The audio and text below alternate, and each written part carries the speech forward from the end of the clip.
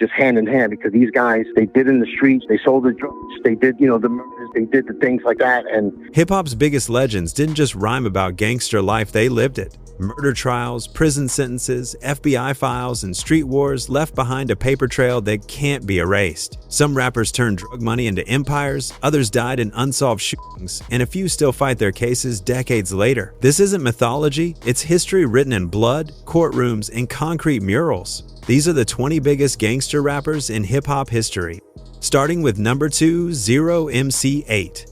Compton's most wanted weren't just rappers, they were neighborhood reporters, turning police sirens, gang corners, and street survival into vivid verses. MC8 embodied Compton, giving the world raw truth on straight checkin' M and music to drive beat. His style was slower, darker, and more reflective than NWA, but the message was the same. Compton wasn't a movie set, it was the front line. 8's most infamous chapter came through his long-running feud with DJ Quick, which went far beyond music. 8 claimed Crip affiliation. Quick repped Bloods, and the tension spilled from records into the neighborhoods themselves. Tracks like Quick's Dollars Plus Cents, still hailed as one of the greatest diss records ever, kept the rivalry burning through the 1990s. It wasn't just entertainment. Locals remember real street crews treating the beef as their own. By 1998, Snoop Dogg and others had to step in to squash the feud before it escalated further. Proof of how dangerously close art and reality had become. And 8's gangster aura didn't stay confined to records. His role as AWACS in Menace II Society and as Ryder in Grand Theft Auto, San Andreas cemented him as more than an MC. He became a living symbol of West Coast gangster culture. Next is number 1, 9 Spice 1. Out in the Bay Area, Spice One carried himself like the embodiment of California's raw realism. Born in Pittsburgh, raised in a world of poverty and violence, he used his music as pure street reportage. His songs were first-person survival stories, guns, hustling, carjackings delivered with a cold, matter-of-fact tone that made them feel less like rap verses and more like confessions. But the proof of his gangster image wasn't only on records, it showed up in police reports. In the mid-1990s, Spice One was arrested in Street Louis after officers spotted him shoving a pistol under a car seat during a traffic stop. Later in his life, he survived being shot in the chest during an attempted carjacking near his home in Hayward, California, cementing his legend as someone who didn't just rap about danger, he lived it. Spice One never crossed fully into mainstream superstardom, but in the streets, he was gospel. To West Coast fans, he was as authentic as NWA, praised by Tupac himself, who called him one of his favorite rappers. In the end, his credibility wasn't based on platinum plaques, it was based on a lifetime of scars, arrests, and survival. Now at number 1, 8 Kool G Rap.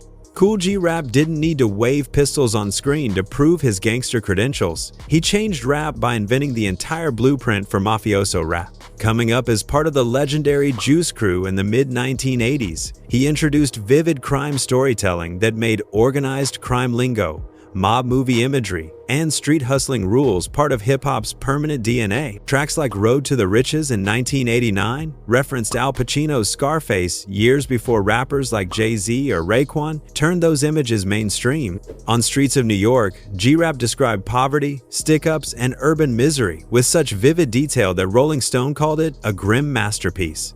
His music blurred lines between confession and cinema, inspiring generations of MCs who studied his breath control, rhyme patterns, and unapologetic street codes. Unlike many on this list, G-Rap's proof doesn't come from courtrooms. It comes from influence.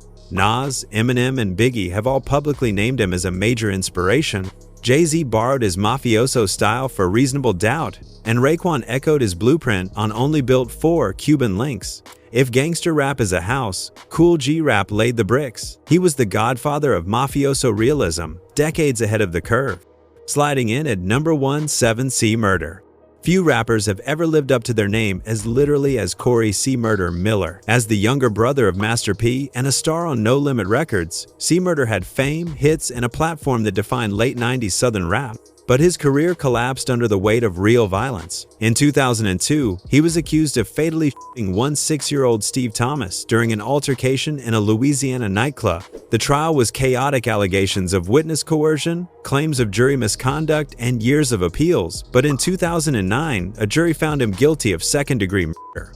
The sentence: life in prison. This wasn't his only brush with the law. Just a year earlier, he had pled no contest to attempted murder after pulling a gun on a nightclub bouncer. The pattern was undeniable. Fans and activists, including even Kim Kardashian in recent years, have argued that his conviction was unfair, pointing to shaky witness testimony. But for now, the record is clear.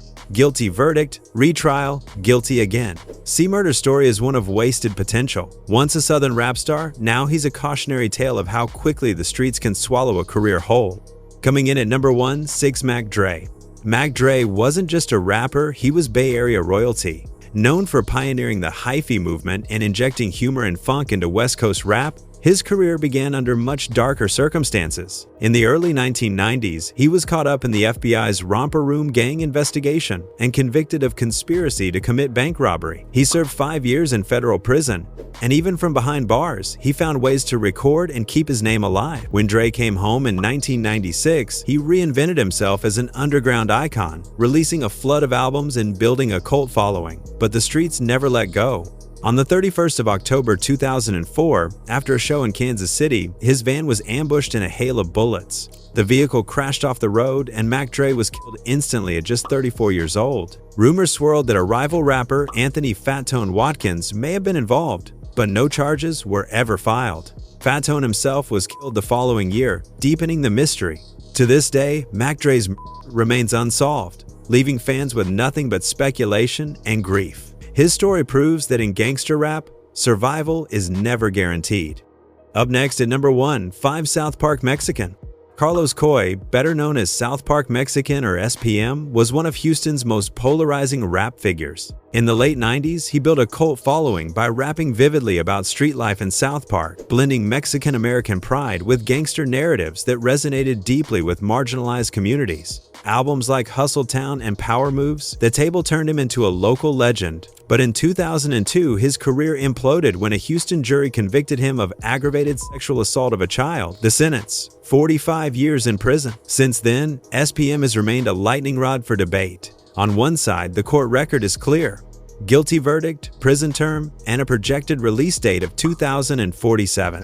On the other, a loyal fan base insists he was wrongfully convicted, citing inconsistent testimony and raising petitions demanding a new trial. His supporters call him a victim of a broken justice system. His critics call him proof that even beloved rappers can commit monstrous acts. 2 decades later, the divide hasn't closed. To some, SPM is a predator. To others, he's a silence legend. Either way, his story is a reminder that gangster credibility can come wrapped in controversy darker than any lyric. Moving on to number 1, 4 MC Ren. MC Ren, the self-proclaimed villain in black, has often been overshadowed by his NWA brothers Ice Cube and Eazy-E, but his influence runs deeper than many realize. Born Lorenzo Patterson, Ren brought a darker, more militant edge to NWA, writing lyrics that gave the group's songs their venom. While Dre crafted the beats and Cube delivered fiery verses, it was Ren who leaned hardest into unapologetic gangster themes. When critics and the media first coined the term gangster rap, Ren embraced it without hesitation. He once explained that the phrase itself came from a newspaper article describing NWA, and rather than deny it, he wore it as a badge of honor. His solo work, especially tracks like Final Frontier and Mad Scientist, doubled down on aggressive street themes, reinforcing his place as one of the architects of gangster rap's DNA. Unlike some of his peers, Ren didn't court Hollywood fame or crossover success. He stayed rooted in hardcore hip-hop, proudly representing Compton long after NWA's breakup. Proof of his gangster status isn't a rap sheet, it's history. He was there when gangster rap was born, helping give it its name, its edge, and its uncompromising identity. Now we're at number 1, 3B. G. Christopher Dorsey, better known as BG or Baby Gangsta, was a pillar of New Orleans rap in the 90s. As an original member of the Hot Boys alongside Lil Wayne, Juvenile, and Turk, BG gave Cash Money Records its rawest edge. His breakout hit Bling Bling may have popularized luxury rap culture, but his own music often circled back to the streets, drugs, and loyalty above all. That loyalty became his downfall. In 2009, BG was arrested after police found 3 loaded handguns during a traffic stop. Already a convicted felon, he faced serious time. In court, prosecutors revealed that he pressured a friend to claim ownership of the guns. The plan backfired, and he was convicted of gun possession and witness tampering. His sentence? 14 years in federal prison. The irony wasn't lost on fans. His hit I Ain't Tellin' became more than a song, it was prophecy. BG refused to cooperate with authorities, living by the no-snitch code he rapped about, even when it cost him his freedom. In New Orleans, that refusal earned him respect. To critics, it destroyed his career. But to the streets, BG proved he was exactly who he said he was. Stepping in at number 1, 2 Big L. Lamont Coleman, better known as Big L, was a Harlem prodigy whose pen was as sharp as a razor. By the mid-1990s, he was considered one of the best lyricists in New York, praised for his wordplay and vicious punchlines. But in 1999, at just 24 years old, his life was cut short when he was gunned down in a drive-by shooting just blocks from his home. 9 bullets ended his life, and almost immediately, speculation began. Some believed his death was connected to his brother's street activity. Others whispered it was retaliation tied to Harlem's NFL Crew, a gang notorious in the 90s. A childhood friend, Gerard Woodley, was arrested but later released due to lack of evidence. The murder remains unsolved, officially a cold case. But in Harlem, the whispers never stopped. Big L's death became a symbol of how quickly the streets could snatch a rising star. For fans, it was proof that gangster rap wasn't just performance, it was survival. His posthumous reputation only grew, with rappers like Jay-Z and Nas acknowledging that Big L could have been one of the greatest. Instead, his story remains one of hip-hop's most haunting what-ifs. Here at number 1 Project Pat.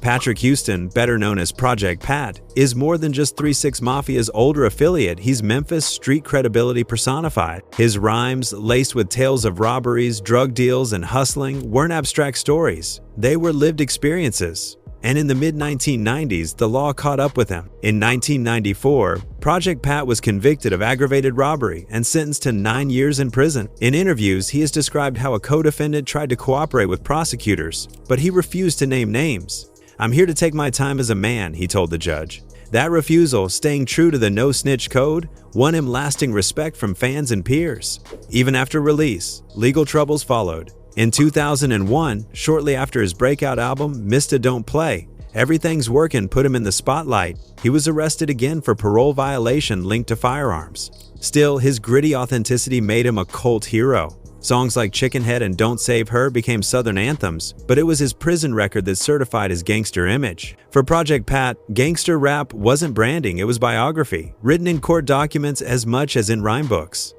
Breaking in at number 1, Zero Mystical. Mystical was known for his explosive, high-energy delivery that set him apart in the 90s, but behind the charisma was a darker, troubling reality. In 2003, he was sentenced to 6 years in prison for sexual assault and extortion after forcing his hairstylist into acts while 2 bodyguards watched. His criminal record didn't stop there. In 2017, he was indicted again on rape and kidnapping charges, spending 18 months in jail before the case was dismissed. And in 2022, he faced fresh charges of first-degree rape and false imprisonment, once again making headlines for all the wrong reasons. For Mystical, the gangster image became less about music and more about courtrooms. His career is a tragic reminder that credibility built on darkness often turns into a curse. Now sitting at number 9, Big Pun. Christopher Rios, better known as Big Pun, wasn't arrested or tied to high-profile convictions, yet his gangster status was written in the Bronx streets that raised him. Even as his debut album Capital Punishment went platinum, he never left his neighborhood, never distanced himself from the people who shaped him. When he died suddenly of heart failure in 2000 at only 28 years old, the Bronx immortalized him with a 35-foot mural on Rogers Place. Locals lit candles, poured liquor, and blasted his music as a symbol of pride. Proof of Pun's street credibility isn't found in police records. It's in that mural, still standing decades later, and in the loyalty of a community that saw him as a hero. For Pun, gangster respect came from love, not controversy. Next on the list at number 8, Fat Joe. Fat Joe's rap name wasn't just branding early on. He was known as Fat Joe da Gangsta, and he lived up to it. Bronx stories say he was deeply tied to the streets, with even John Gotti affiliates later vouching for his background. His rise through Terror Squad proved he carried real weight, not just musically, but in street politics. Over time, Joe transitioned, becoming a mentor figure in hip-hop and even warning younger rappers like Tekashi 6ix9ine about the dangers of glorifying gang life. What makes Joe's gangster story unique is the balance. He's both respected as a man who lived it and admired as someone who learned from it. Proof lives in both sides of his legacy, the feared OG of yesterday and the wise elder of today. Rolling in at number 7, Slick Rick. Slick Rick's persona was colorful gold chains, eye patch, and fairy tale rhymes. But in 1991, his life took a violent turn. After family disputes boiled over, he shot his cousin and accidentally struck an innocent bystander, leading to charges of attempted murder and multiple weapons offenses. He served more than 5 years in prison, a stark contrast to the playful image fans knew. But even when he came home, his troubles weren't over. As a UK native, he faced deportation battles for nearly 2 decades, only winning relief when New York Governor David Paterson granted him an unconditional pardon in 2008. Proof of Rick's gangster credentials isn't just in his storytelling, it's in the prison sentence, the court transcripts, and the governor's signature that let him stay in America. Climbing to number 6, Scarface. Scarface is often called the father of Southern gangster rap, and his life story reads like a survival manual. Growing up in Houston, he was selling weed before he even hit his teens, sometimes mixing parsley with stolen product just to make sales. By 12, he was learning to cook crack. His teenage years spiraled into violence, drug use, suicide attempts, and time in psychiatric wards.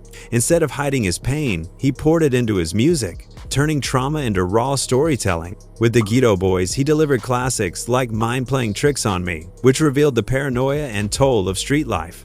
Later, in his memoir Diary of a Madman, he exposed even more. Scarface's proof isn't in arrests, it's in honesty. His autobiography is gangster rap in its truest form. Cracking the top 5 at number 5, Ice-T. Before rap, Ice-T lived it. He hustled, pimped, and even ran credit card scams before turning his life into lyrics. His 1986 track 6 Inches the Mornin' is considered one of the very first gangster rap songs, laying the blueprint for the entire genre. But it was Cop Killer in 1992 that made him infamous, sparking national outrage, protests, and even congressional hearings. Politicians demanded the song be banned, but Ice-T stood tall, refusing to censor himself. Proof of his gangster status isn't just a rap sheet, it's his resilience. When the US government tried to silence him, he never flinched. Now at number 4, Eazy-E. Eric Eazy-E Wright wasn't just rapping gangster life, he financed it. Allegedly using drug money to start Ruthless Records, he helped create NWA, the group that defined gangster rap worldwide. Known as the godfather of gangster rap, his squeaky voice carried some of the rawest verses of the late 80s. Beyond music, he embodied the contradictions of street life. Ruthless hustler on one side, surprisingly warm and approachable off the mic. Proof of his credentials? Without Easy, Northwest AZ, Northwest ASA wouldn't exist, and gangster rap might never have reached the mainstream. His foundation wasn't crafted in a studio, it was forged in real hustling. Down to number 3, the notorious B.I.G. Christopher Wallace Biggie Smalls was Brooklyn's hustler poet. Raised near Bed-Stuy, he started selling crack as a teenager to survive. His music mirrored that life perfectly. Tracks like 10 Crack Commandments weren't abstract, they were the rules he lived by on Fulton Street. His debut Ready to Die painted him as both kingpin and victim of circumstance, while Life After Death became a posthumous masterpiece. Proof of his gangster image wasn't just in his rhymes, it was in his reputation. Friends, rivals, and the streets themselves confirmed that Biggie didn't fabricate. He turned survival into art, cementing his place as hip-hop's tragic hustler poet. Runner-up at number 2, Tupac Shakur. Tupac was more than a rapper, he was hip-hop's revolutionary soldier. Though raised by activists, his path changed when he signed with Death Row Records, tying him to the blood-affiliated Mob Piru gang. In September 1996, after brawling with Crip member Orlando Anderson in Las Vegas, he was ambushed and shot multiple times in a retaliatory hit. He died 6 days later at just 25. Police accounts, witness testimonies, and gang insiders all pointed to simple retaliation. Proof? Tupac's death was not a mystery. It was the cost of walking the line between poetry and warfare, art, and the unforgiving streets. And finally, at number 1, Snoop Dogg. Snoop Dogg's rise to fame came with murder charges hanging over him. In 1993, he and his bodyguard were accused of killing a rival gang member. For 3 years, he fought a highly publicized trial that threatened to end his career before it began.